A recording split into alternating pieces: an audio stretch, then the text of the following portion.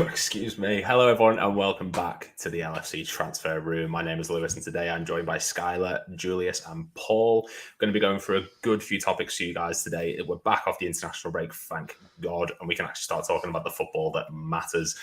Before we get into that, please, everyone, make sure to hit the like and subscribe buttons. Really close to 10k subscribers, so we want to make sure that we can get there ASAP. Also, go check out the latest podcast that myself and Damon were on last week, the All Never Talk Alone podcast. We actually had Lewis Brown on it, who's a regular on the likes of Talk Sport and City Extra. Went over the Liverpool Man City game. Actually really fun. And we've got a good few guests coming up as well for future episodes. First off, how's everyone doing? All good? All happy? Pretty decent. Pretty good. Looking forward to winning on Thursday and then relaxing for the final game of the group. Yes. Well, we'll go over LASK a little bit as well. Mm-hmm. Where's your accent from, Paul? Make a guess. Well, I've only heard you say one sentence. Well, why don't I ask you the same question in 10 minutes and see if you can get it? Okay, give me 10 minutes. Okay, good.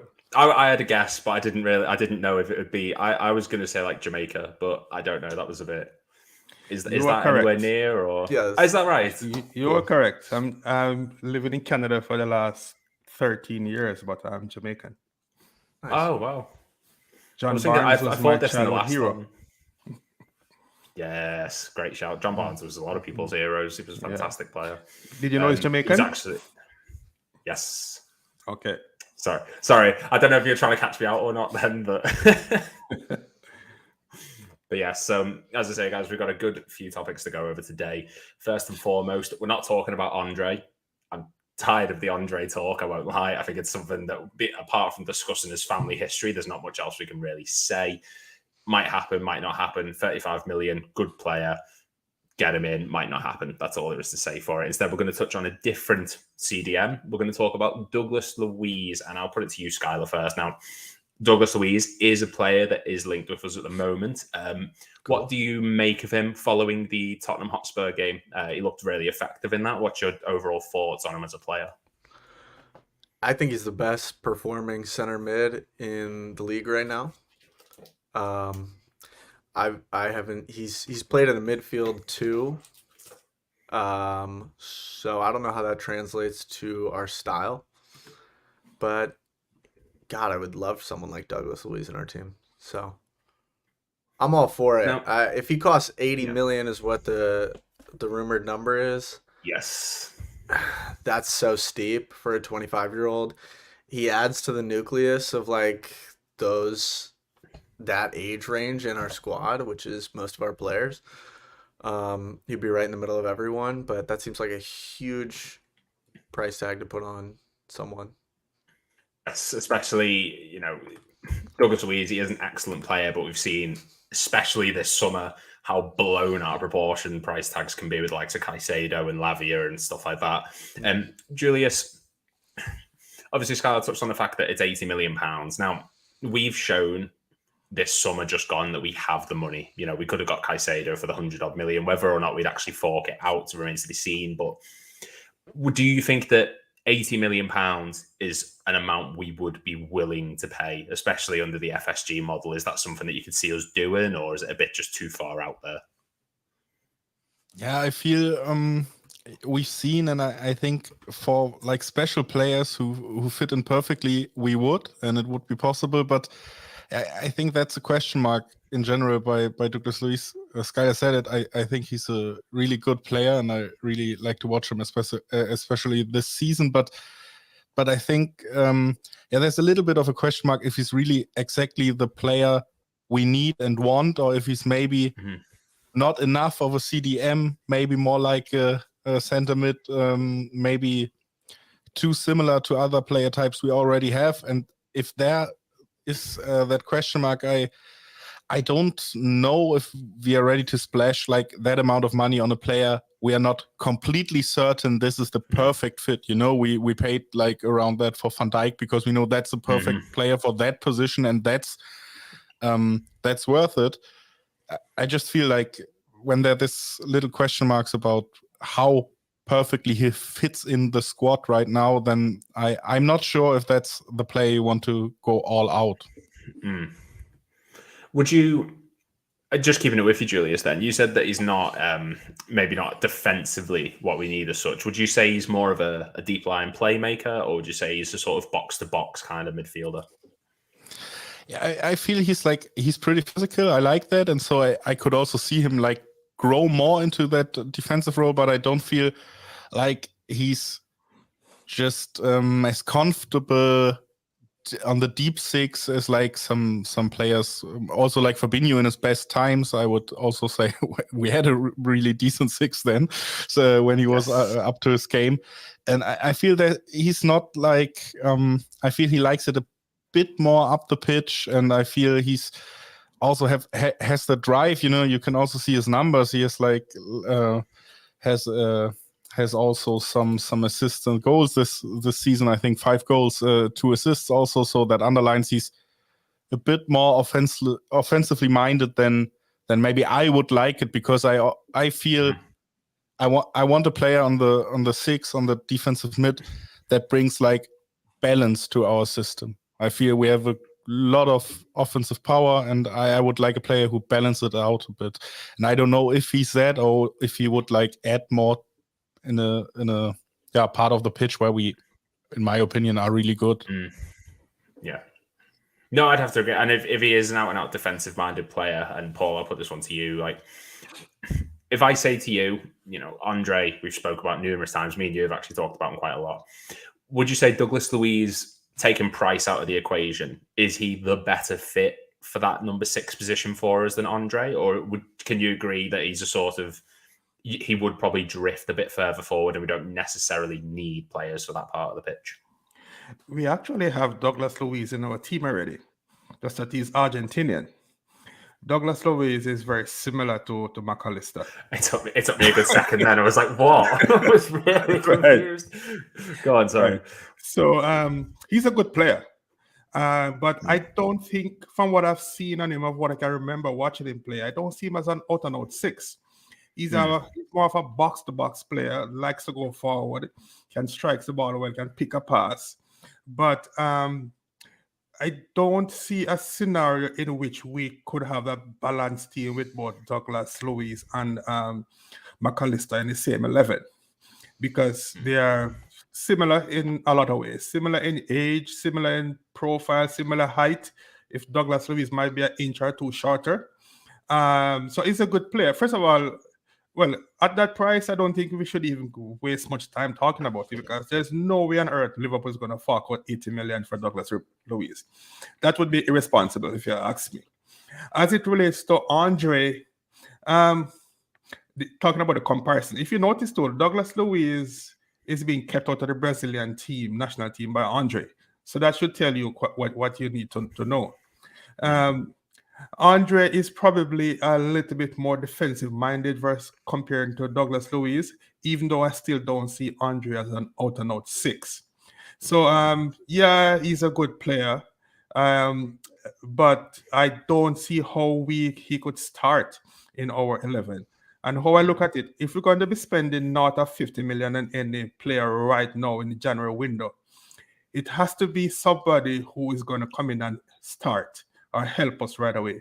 We can't spend that kind of money on another squad player. So I don't think that's going to happen, because, as I said, who would you rather have, Luiz or McAllister? Because they're the same player, if you ask me. Yeah. No, I would have to agree. And, the stats back it up. Douglas Luiz defensively is actually not too great. He makes 2.33 tackles per 90, which is in the top 81% of the league, which is good. But at the same time, he only makes 0.56 interceptions per 90. He only wins 5.23 ground duels, which is actually only in the top 68%. So he's not a defensive-minded player. And Skylar, I mean, he's 26 years old. Is it possible that the price tag's been bumped up so much because he plays in the Premier League? Like, if Andre is 30 million, and I'm a hypocrite now because I'm talking about Andre, but if he's 30, 35 million, why is Douglas Luiz 80 million when, I think it's very simple. I think it's what? Who posted this? Sky Sports? This is their article. So the Douglas Luiz one was actually, if you give me 2 seconds, it wasn't Sky Sports though. It was Liverpool Athletic, I believe. I have got it here, but it's just closed. It's Anfield edition. Okay. They have posted, if Liverpool want to sign Douglas Luiz this winter, they'll have to pay Aston Villa around £80 million. The sources are incredibly credible. However, there is lots of difference in valuation between the two clubs. That's by Team Talk. Right. It seems like a player in form that Liverpool could potentially buy, so they just throw a number out on Twitter and see what happens. That's as simple as it is to me. I don't know if there's more to it than that. But I think it's just a player in form and they throw out a number. What's up? Just to get in there really quick, I think it's a transfer. It would be transfer in the winter, so that would be more expensive naturally because you buy a player out of his team in the middle of a season. Aston Villa is doing great, so they want to keep their team. So of course they want a lot of money if you buy them in the season. It's always a very different market in the winter. Also, just another point in that. Yeah, and to be fair, it is a very good point. And Skylar, just before you jump in really quick, Paul, I mean, Skylar, it's a good point as well in the sense of when Amrabat went to Man United, there was all this talk afterwards that we were in talks with him and, his price tag was this and that. And Skylar, just keep your point on hold for a second, Paul. Is there any truth in the fact that players just get linked with us because we're a big name and it's to sort of bump that price tag up a little bit more? Is that a possibility just because of who we are? Yeah, no question. Paul, you had someone who wants to jump in then? Yeah, a lot of these articles have sometimes are agent and player driven. Most players, our most top players, dream to play for a top 6 club. And it helps their profile, helps them in their national team. Plus, it's also a huge bump in wages. Now, Villa is doing pretty well right now, but none of us really consider Villa a top 6 club. So if Douglas Luiz can get an opportunity to play for Liverpool, Arsenal, one of the top 6 clubs, I'm sure he would jump at it. So when is the best time for you to look that kind of move? When you are in quote-unquote good form. So he's playing well. His team is doing well. He's 25, 26. So if he's going to make a move to a top 6 club, it has to be now. Because when is he going to get another chance? So a lot of these articles, I think, could be player/agent driven. And as I said, everybody's getting linked to Liverpool now because everybody think that, we desperately need a midfield reinforcement, need a 6. I just get the impression that the management or the team does not share some of those sentiments. I think we as fans probably are more desperate for a 6 than the team itself. The team seems to be fairly comfortable with the squad as it is right now. Yes, they would like to improve, but not to splash 60, 70, 80 million on a player like Douglas Luiz. Not when we have Bayer, who should be returning to action in another month or so. Not when we have Curtis Jones and Gravenberch fighting for that additional spot in the team. So Endo. And yeah. That guy's still alive. It's hard to remember though sometimes. Yeah, and I mean, Endo actually deserves his chance. He has. I thought he'd start against City. Game time, but when he's on the pitch, especially in the Premier League for the limited minutes, I think he has done fairly well. So why would you have the squad that we have right now and spend 60 to 80 million on a player who's not going to break the 11? It's not going to happen. No, I agree. And to be fair, I think Douglas Luiz is a great player. He'd do well at like a Tottenham. I think he'd be really, really good for them if he went in. He'd make an instant impact. I think the only thing with him coming to us is you said it before, Paul, perfectly. He doesn't do anything different to McAllister, and McAllister is at the moment having to play number 6, which maybe that would be a case for them to go get Douglas Luiz in further forward, but there's no point. I just don't see the benefit in having two players somewhat playing out of position. It doesn't make a lot of sense to me. At 80 million, that could go a long way elsewhere. Like there's a player we'll touch on shortly who's only going to cost about 35 million if we go for him. Julius, we've spoke about number sixes so many times over the past few months because it's the key talking point. It's similar to when we signed Van Dijk and we were saying we need a centre back. It was similar to when we signed, we sold Suarez and it was what striker are we going to get? We got Balotelli. For that £80 million, who is the number six that you're going for? It doesn't have to be 80 million, but using that money, who are you bringing in as that number six? I still really like the idea of Andre. I have to say it again, even if we don't want to talk about him, because it's fine. You feel free. I feel he's an interesting player. I would really like him. I think also, like, character-wise, mentality-wise, when you saw what he promised his team now and where he brought them also, I kind of like him. I also feel that's like a fair price tag compared to the numbers we talked before now. So, yeah, I feel that would be maybe the best move to be around players who have like potential. We talked about this last week in a different position about the right winger who maybe has to replace Salah. We're at a point where we're always talking about players like, how can we like replace Salah from one day to another or whatever, but Salah didn't came with the numbers or with the expectations what he's doing now with his quality now. And what you really have to have in mind, I feel for Liverpool, it's very important, is that we have a coach in Klopp who brings players normally above their ceilings, actually. Like, there's a lot of players who perform perfectly well under Klopp and also like drop a bit in their quality when they leave. So I feel that's a coach you can also trust if he can make out a player who will fit him and his team. So maybe you have to look for a player that fits in that categories and not maybe just a player who you see and it's like, we can spend like 100 million pounds on a player. Let's do it. I see Tchouaméni or whatever. I feel maybe the Liverpool and also the Klopp way would be in a different category. No, I do. I completely agree. I think you hit the nail right on the head there. Just to go through some of the comments, Villa are fourth, right behind us. They're not selling to Liverpool in January. Yes, they'd be crazy to do it, but we've seen it. City sold Zinchenko and Gabriel Jesus to Arsenal. They've also sold players in the past, to several clubs that are surrounding them. Lots of teams have done it. Chelsea sold us Daniel Sturridge 1 year. So it does happen. Not saying it would necessarily with this one, but there are cases of it. Andre will not go away. I know. Trust me, I know. Geordie, how are the lads? If anyone can keep me updated on the Newcastle game score, that would be fantastic. I'd like to know how that's getting on against PSG. So like I said, there's been a lot of things that have gone on over the past few days. We're going to go into the next topic in the moment. But everyone, just please make sure to hit the like and subscribe buttons. The numbers have been going up a lot recently, and we've got a lot before you of move videos on, planned. Yeah.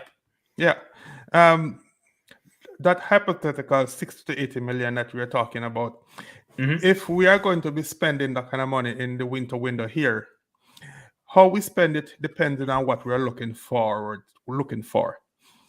If we are looking for depth, then we can spend that on 2 or 3 players.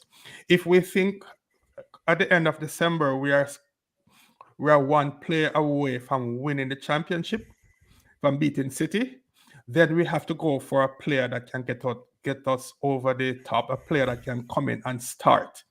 So to me, that would not be Andre. That would be somebody like, you might not want to hear this name again. We've heard it so many times. Somebody like Inacio. Because he's somebody that can come in right now and walk into the 11, whether we want to play him as a left back with Andy Robertson out, or we want to switch to a back 3. He's a player that can come in right now. But if that's not going to happen, then I would pay the 30 million and go get Andre. Why would we send him to Fulham for that kind of money? Yeah, Fulham can't have him. I don't care. Fulham can. No, it's not happening. I got very irate about this the other day. I was like, it's not happening. Yeah. I think it's going to happen. I just think, I don't want it to, but I think it's going to happen quit. because If it happens, I will retire from the LFC transfer room. you know what's going to happen? Because Klopp wants to leave the path open for Bajcetic to come in and take that spot. I hope you're right about that, Paul. Would you rather Bajcetic, Skylar, rather than bringing in Andre? I would rather Bajcetic than just about anything else. That would be the coolest. That would be the coolest way to solve all of our problems. If this little youth guy who's like has so much flair, but has like the most delicious tackling ability, reads the game brilliantly. If he were to come in and take over the starting position, yeah, I want that. I love the passion. That was great. But just to keeping on it with you then, Skylar. So it's a really good point. You know, if we bring in Andre, it might hamper the development of Bajcetic. But another way of looking at it is Thiago is probably going to be leaving. Endo is going to be a little bit older. Maybe bringing in Andre and Bajcetic, two players who can rotate around each other, similar in the way that Arsenal have the likes of Nketiah and Jesus who can rotate, Trossard and Martinelli who can rotate. Is it worth bringing him in if him and Bajcetic are going to be fighting for the same spot then? Two players of similar ability? I'm not. I don't want that. I don't want. Okay. You know, I'm not the coach, but I don't want that. You know, Klopp's Liverpool 2.0. It's another 7-year project. We're in the first year. It's a beautiful squad. You know, if we add Andre to it, I think that would be great. He looks like a great player, but if that blocks any of the development of Bajcetic, it doesn't make sense to me. I think you give Bajcetic every single opportunity that he can have once he comes back from his injury, and if it's not working out, then you go and add a new player. But you don't, as he's getting phased back into the squad, put something in front of him to hamper his development. I agree. Yeah, I think that's a fair shout. I think there is definitely sides to both arguments on it, but I 100% see where you're coming from with that. It does make sense not to sort of hamper his development if he's, especially a young player, who might look at it as a bit of a confidence knock. So I completely agree with that in a sense. Bajcetic has to grow through his growth spurts and these stress fracture issues, but I like him as well. I agree. The injuries are getting a bit ridiculous at this point, but he's only been with us for a season. If this is a case of it's 2, 3, 4 seasons later and it's consistently happening, then I think there's cause for concern. At the moment, maybe not just yet. We're going to move on to the next topic now.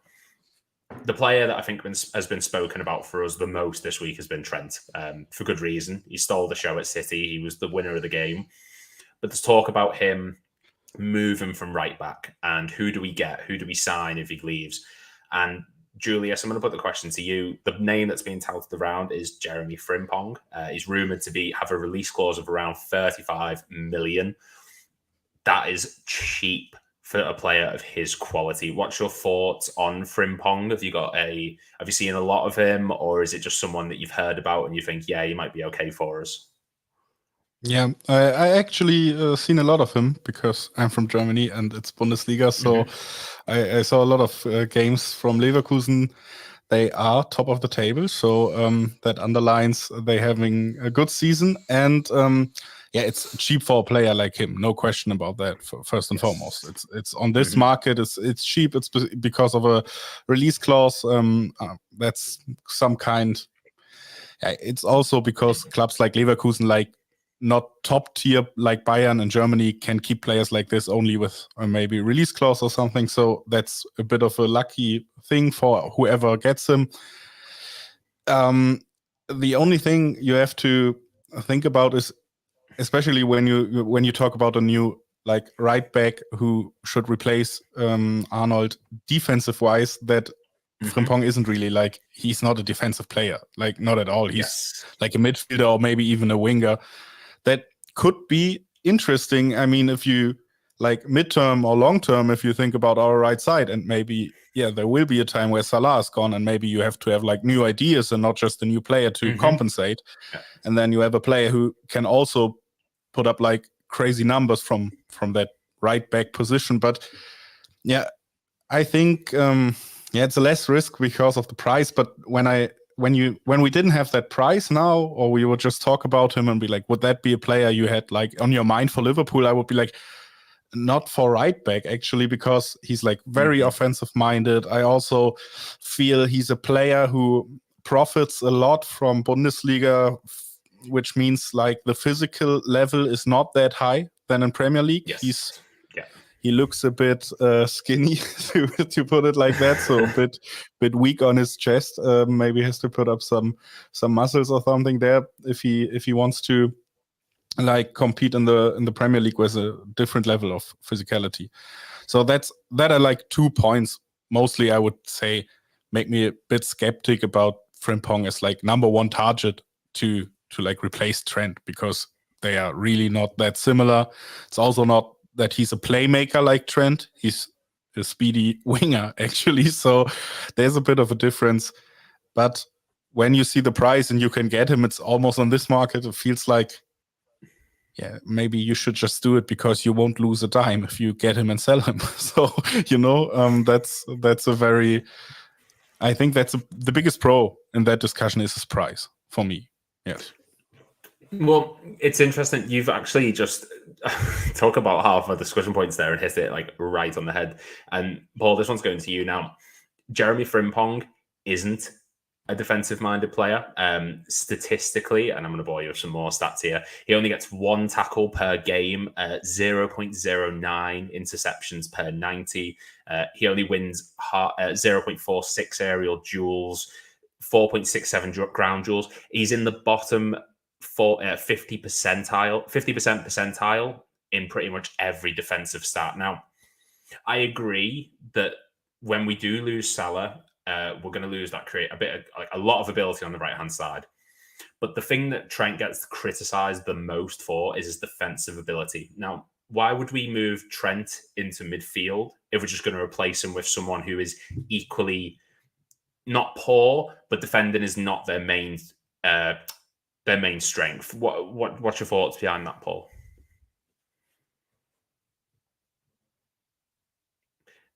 You are muted as well, by the way.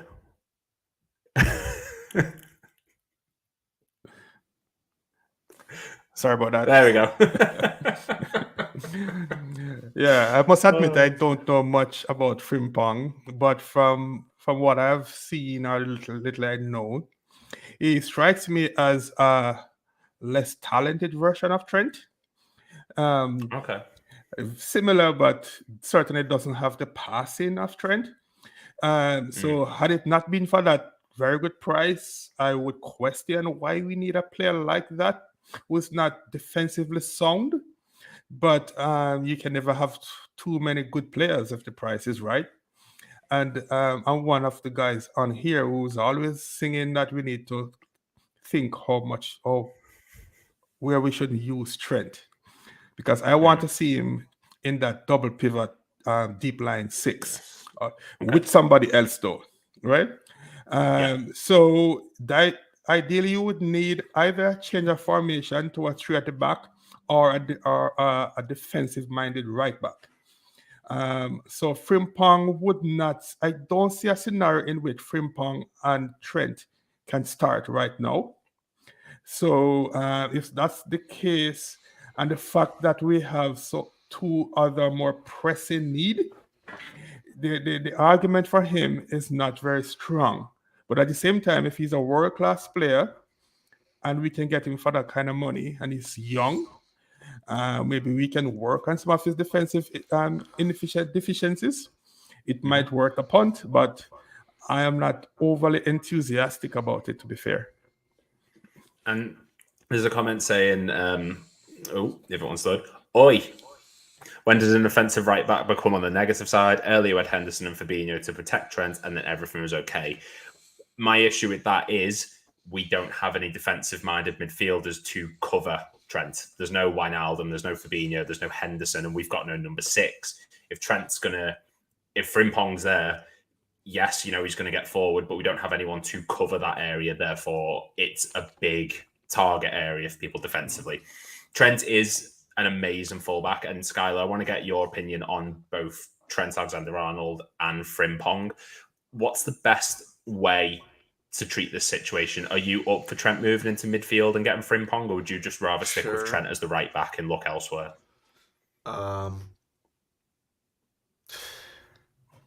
Frimpong is such a good player.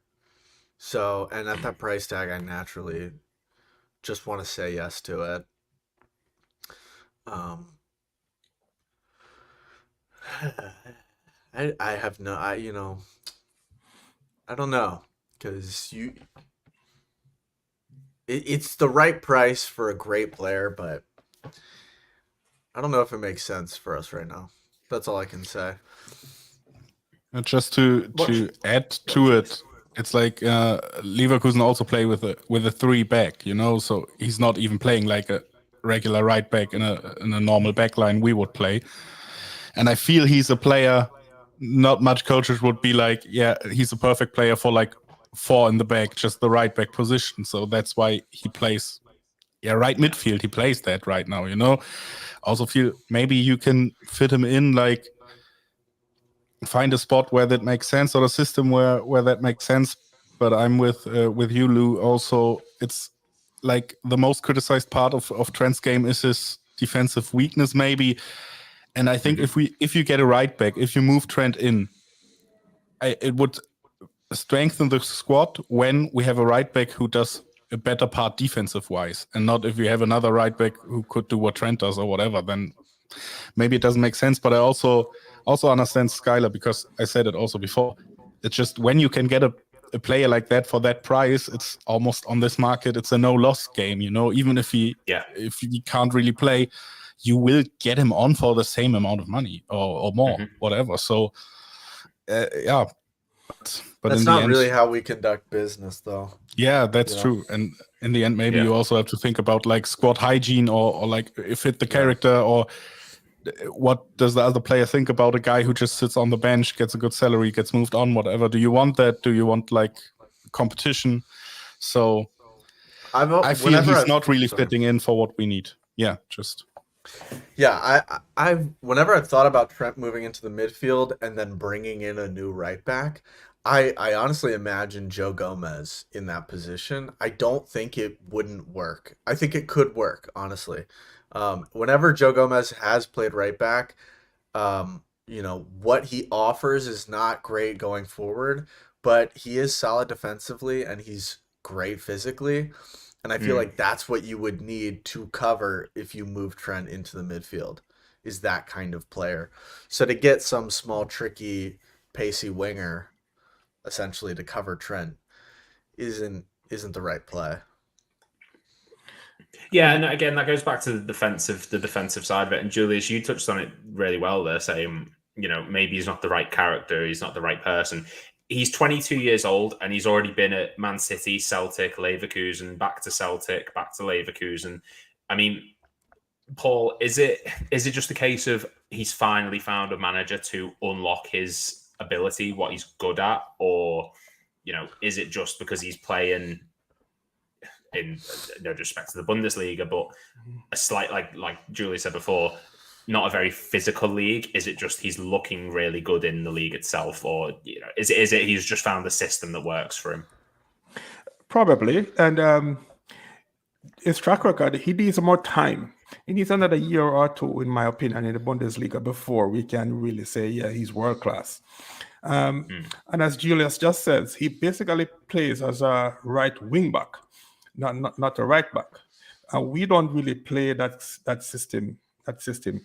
Even if we switch to a back three, we're probably more of a double pivot in the midfield rather than have 2 wing backs. One of the reasons to why I think that Klopp is a little bit hesitant in putting Trent in the midfield, how we are set up right now, with Trent coming in when we have possession, we basically have overload in the midfield. We basically have 4 midfielders and we still have our 3 forwards.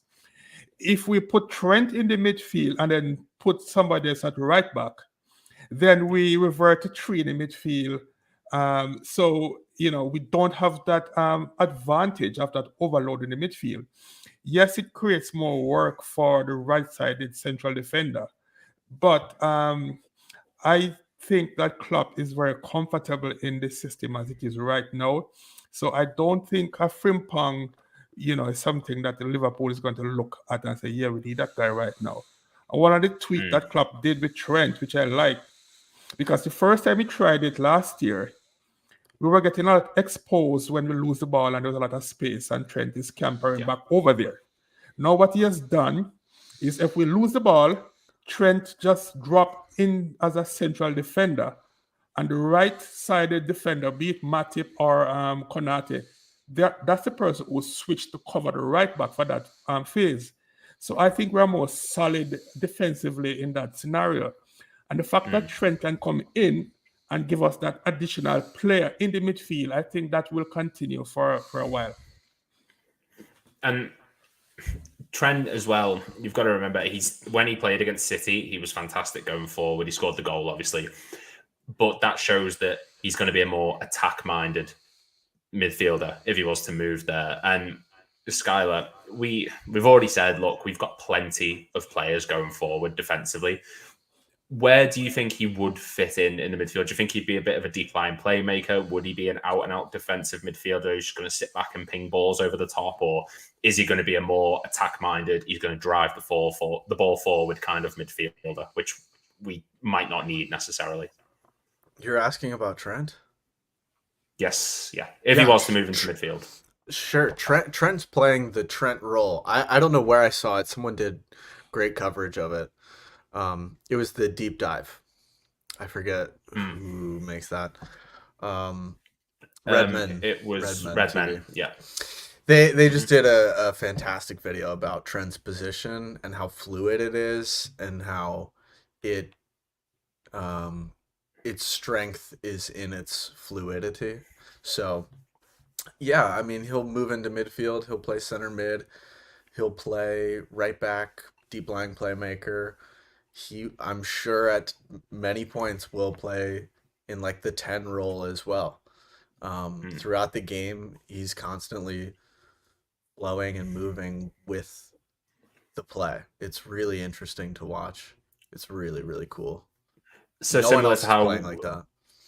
Well, that's what I mean. And I was going to say, obviously very different players, but almost in that James Milner sort of role where he could play as a left midfield, right midfield, a winger, a fullback. Like, is he becoming that versatile, all positions kind of player? Yeah, he can play anywhere. I think what you're asking, to be fair, is where he sets up when we start the game and how you balance out the rest of the team accommodating for a player that's going to be streaking all up and down the field. I don't know the answer to that. That's like super complex tactics, you know? Yeah. I think it'll be interesting to see how Klopp shifts the defense around, because right now we have two center backs. Costas is not the most defensive fullback. And we don't really have a defensive midfielder. So we're just throwing everything at the other team and saying, how much can you put up with? And it seems to be working. It's very fun to watch. Yeah, but it's also go on, Julius. Yeah. Also about options, I guess. So I'm with Paul. I think in this moment it's a pretty good decision to have Trent on the fullback position and in the game be fluent, as Skylar said, be flexible with him. So and then you overload the midfield also. That's also a gain. I just think when you have like a more defensive minded and still good right back, maybe Joe Gomez, maybe someone who you trust more into that role. I don't know how you think about that, but you know, if you have that, you have options, I feel, for bigger games, because this overloading the midfield, having Trent going forward and all that stuff, it's nice against smaller teams, and we have to get better, even better now, to crack smaller teams open when they have a low block, when we need his creativity and this overload midfield and all that stuff. If you play bigger teams and we still want Trent's creativity, I don't think we should open up the defensive four. So then you would put him in the center and would get another right back in. So I just feel it's about an option for bigger games, for a very certain setup of games that would be nice to have. And that's maybe it's even nice to have for a price tag that Frimpong has, but Frimpong doesn't fit in that situation I'm talking about. So maybe you should invest that somewhere else to a guy who's better, or you just get Joe Gomez in, as Skylar said, and we do it like that. I thought you were saying two guy that, as in the old player who used to play for Blackburn. He was outstanding. That popped in my head for some reason. Just a comment just before we get on to the last topic for the last 15 minutes. Tyler Morton plays for Hull. Absolutely no problem if he wants to come back in and rotate with Badge-Stitch. I've always wanted Tyler Morton to have a chance. When he played for us 2 seasons ago, he looked very good, especially in the Champions League. He stood up really well. And just before we get on to the last topic, please, if everyone could just make sure to hit the like and subscribe buttons, nearly at 10K. And make sure you go check out the podcast that me and Damon did last week, the You'll Never Talk Alone podcast. And we've got more coming in the future, so tune in for them. Last topic, and it's the one that's been in the comments quite a lot. It's the one that a lot of people are laughing at. Sin bins, orange cards. Now, Paul's shaking his head, and he's the person I'm going to go to first. I mean, but where do we begin with this, Paul? I mean, what's your out and out thoughts on orange cards and sin bins? What's going on here? This is not ice hockey. This is one of the worst ideas I've heard for quite a while. No, we have to think about the legacy of football, right? You just changing stuff just for the sake of changing does nothing to enhance the game. I can't think of a scenario where that's a good idea. Why would we want to change 150 years of tradition? If something is not broken, why are you trying to fix it? It's just ridiculous. There is really no place in football for that kind of stuff. No. And Julius, I'm going to throw this one to you first. Is the possibility of these orange cards in the sin bin, is this because of how strict the game has become now to sort of balance it out? So what I mean by that is obviously red cards are getting handed out more and more than ever. Yellow cards the same. Is this to sort of the in-between of the yellow and the red in the sense of, oh, someone's done something, it's worse than a yellow, but we just don't want to be giving every single player a red card.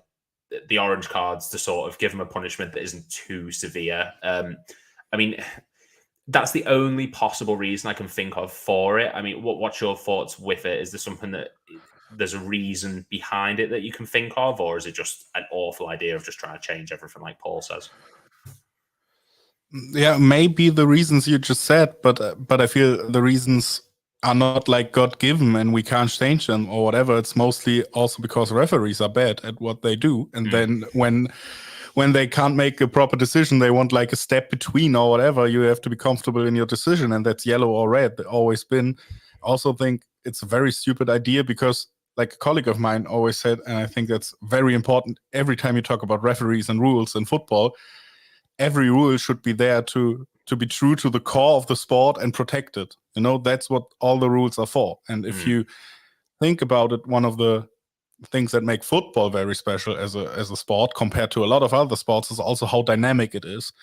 And you don't, all this bins, this time suspension things, all the stuff, it takes a lot of dynamic out of it. Also, VAR is also, there's a lot of problems with it, but it's also just really annoying because it takes dynamic out of the game, which should be a very dynamic game, which is one of the really appealing parts of football. So I also feel this is not true to the core what football should be and what you should protect with also the rules you make for football. You should make rules that protect the sport, makes it better, makes it enjoyable. I don't feel that's a rule. I feel that's like they are trying so much because they get criticized so much, and also it's because we are living in an age in general where everybody's like, we have to be innovative.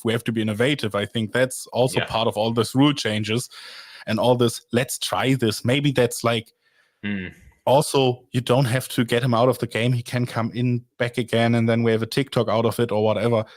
So that's also part of all this changing and innovation stuff, and also referees getting in that.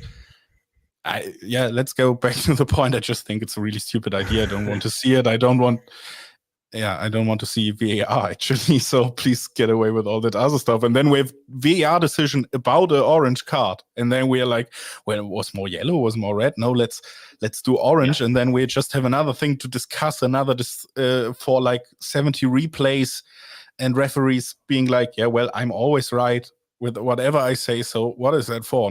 It's not for the fans, And I think that's the most important thing. Also, just do something that is good for us to watch, and that's shit. So,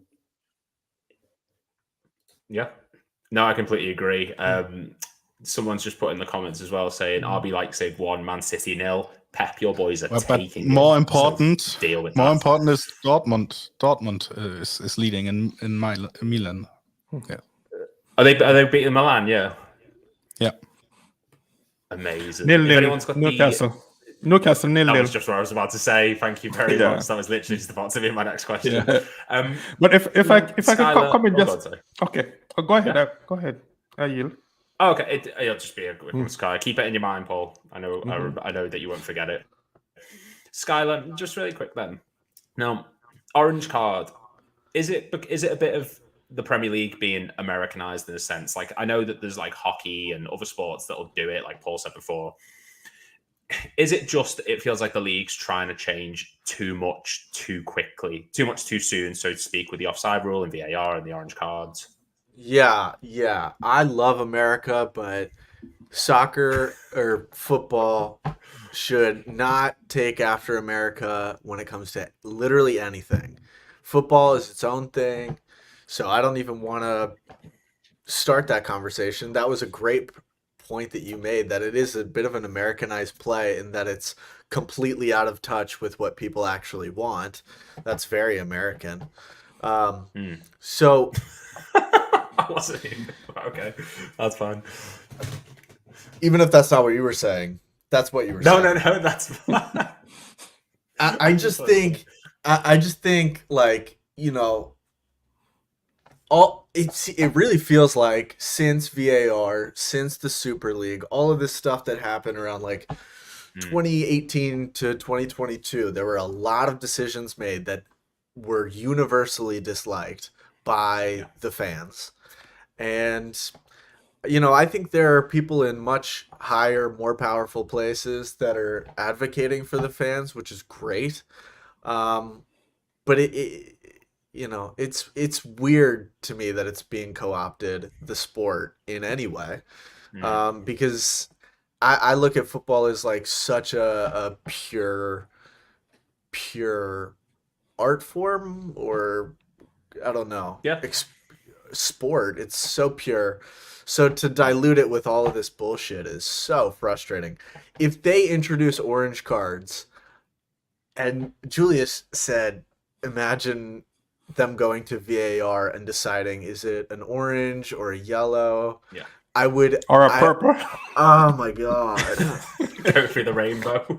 That's a nightmare. I hope it never comes to that. God bless. Yes, I completely agree. Paul, what were you going to say, sorry, earlier on? Well, I think all of the discussion about new rules, new chains, sin bins, etc., is because of the criticism all over football about VAR. And VAR, there's a place for VAR, but I think they're over-refereeing the game too much. And VAR can be made very simple, and we have less complaints. I think VAR should be used for offsides, because offside should not be subjective. You're either off or you're on. So that's crystal clear. Other than offside, in my opinion, VAR should only be used for howlers, right? And any decision that you have to spend 4 or 5 minutes and look at 10, 12 replays, then that's not a howler. So basically, if it's not a howler, then whatever the decision that the ref make on the field, that should stay. If the ref calls a penalty and it's not a howler, good, go ahead. If it's not a penalty, but it's close, and you have to look at 4, 5, 6 different replays, keep the game going. If you just use VAR for non-subjective things and howlers, we wouldn't have all of these criticism, and we were much more happy as a fan base. Yeah, and Jamie has just said it perfectly. That Fulham match yesterday is the perfect example. Absolutely agree. Yeah, I agree. It was an outrageous decision, that one yesterday. That's spot on, I think, that comment. Yeah. I think the only thing that the orange card could possibly be in benefit of, if at all, is for managers who are on the touchline and they're giving abuse to the officials. Because if you send them to the, not the dugout, but if you take a seat up in the stands for 10 minutes, I have no problem with that. I think if players come off for 10 minutes, that's just going to be a nightmare to coach. You're going to have to make your substitutes based around those 10 minutes. If it's like the final 10 minutes of the game, you're essentially Plus just down to 10 men at that point. More injuries. Yeah, more injuries. And we've seen Pochettino have 3 yellow cards and miss a game. We've seen Ten Hag get 3 yellow cards and miss a game. Maybe the orange card could be used on managers as a sort of deterrent from them giving officials abuse. I mean, Julius, could that work? Is that something that could be utilized for them rather than being used on the players?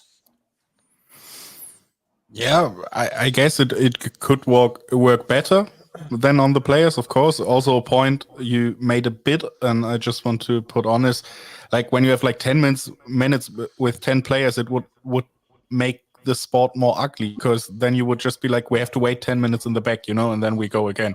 Yeah. So it would also put some faces into the sport you normally don't want to have. With managers, yeah, maybe it would work better, but then also, do you need that card for signaling, or could you just be like, yeah, well, we have to have a possibility to be a bit more strict or have more punishments for the coaches? That would be enough. You don't have to have like another card color for signaling or whatever. So in general, it just feels like a stupid idea. Just wanted to get on a point. Paul said they are over refereeing, but I also think VAR opened the door for everyone to be like over criticizing also every decision, but because before that, and that's something also fans have to put on that, you just had to accept decisions on the field. It was you saw the crappiest decisions ever made, like goals not given that were clearly behind the line or in a cup final or whatever, but on the next day you just had to accept it. There was no chance, the referee made a mistake, let's move on, part of the sport. Now with VAR and all stuff, it feels like these mistakes maybe are not part of the sport, and you have like a lot of replays, and then you also have human errors, but everybody feels like it's okay to criticize, also have to get onto the decision and whatever, and they kind of opened the gates for all of that also with VAR. That's a problem of that too, because as I said I think it's a viable thing to just say, yeah, well, a wrong referee decision is part of the game as much as a wrong pass and a crossbar hit instead of a goal or whatever. That's just part of the game. We have to move on, go on. Now you have to discuss it endlessly on every part, and maybe they get anxious too because of that. I could understand it actually. Just keeping it on you then really quick, Julius. What's the officiating like in the Bundesliga? Like, is it a lot as strict as the Premier League? Are they analysing everything as much, or is it quite let the game flow? Is it very different?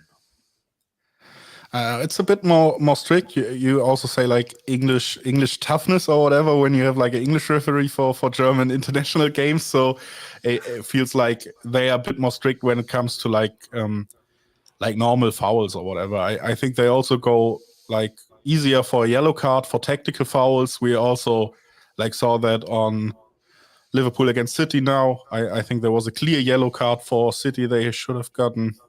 When Liverpool was on the counter, that would be like a clear yellow. Nobody would discuss it. So a bit more strict with all the physical contact, but in general, I would say equally bad, like in the Premier League. So there's also like a lot of shitty decisions. Also VAR taking like a minute, 1.5 minutes, discussing, then having blatantly false decisions also. So I just feel in Germany, it's also just a nice fun fact.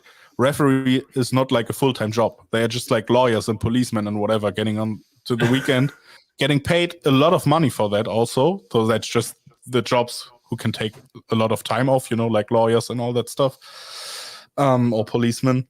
But they get paid a lot, but they are not full-time. So that's in the end, there could be like a postman officiating, and then maybe it's also bad because of that, because we don't even have like a full-time job referee system in Germany. It's okay. I don't think England has full-time job referees. I'm convinced half of them are in the post office. So honestly, yes. don't stress. But Trust me, it's they bad do everywhere. not full-time. It's everywhere. It's just dreadful at the moment.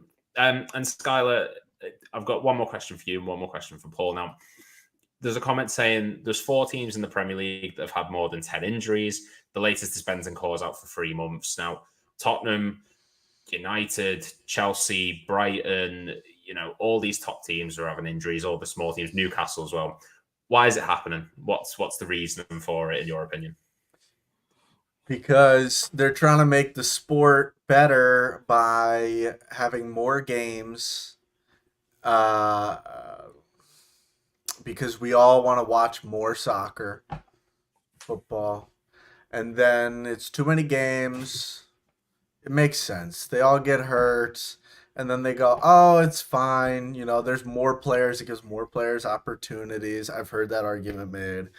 It's not bad that injuries happen because more players get opportunities. How nice is that? So it's convenient. It works out. It's good for the sport, and long may these injuries continue. Newcastle scored. Newcastle. Is it 1-0 Newcastle? 1-0. Mad. Isaac. Isaac, whatever his name is.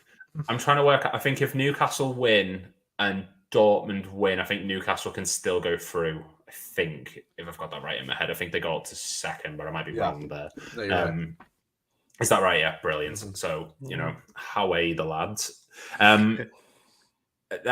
Paul, I mean, too much footy, sure. Not enough. Okay. Not enough. Run them into the ground. I don't want anyone to be able to use their legs by 2025. The problem, the problem with all of these injuries. Go on, Paul. Just go. Players can't have it both ways, right?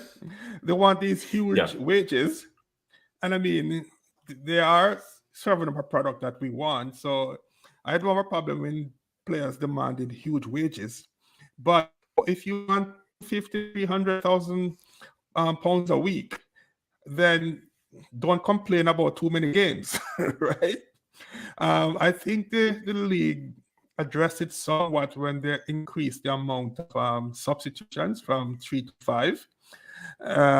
So it just means that teams just need to spend more money and have bigger squads. So rather than spending 80 million on Mason Mount, who is now injured, Manchester United could have spent that money on 3 players, right? So you have a bigger squad, but don't complain about injuries when the training is obviously more intense.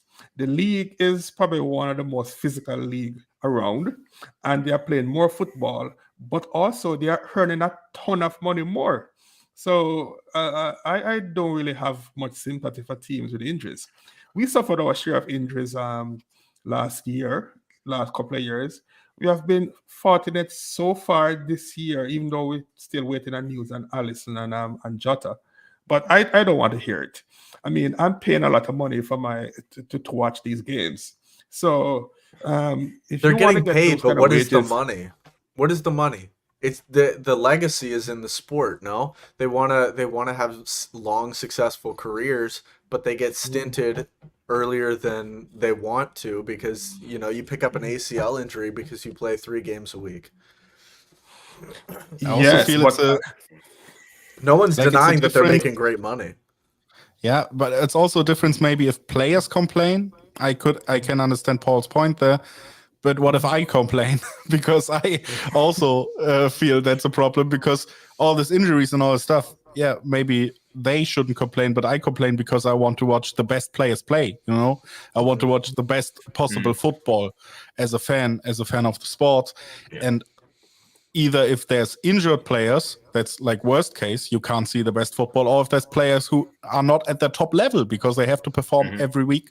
3 times. So Yeah. I feel that's a problem for everyone watching that sport. I can see you don't have to sympathize with the players and all these wages, but as a fan, I would also say it's a problem for us because you see City Liverpool like 3 or 4 times now in a year or whatever, but they never at their top level. I want to see that match like everybody on 100%, best teams on both sides getting head to head.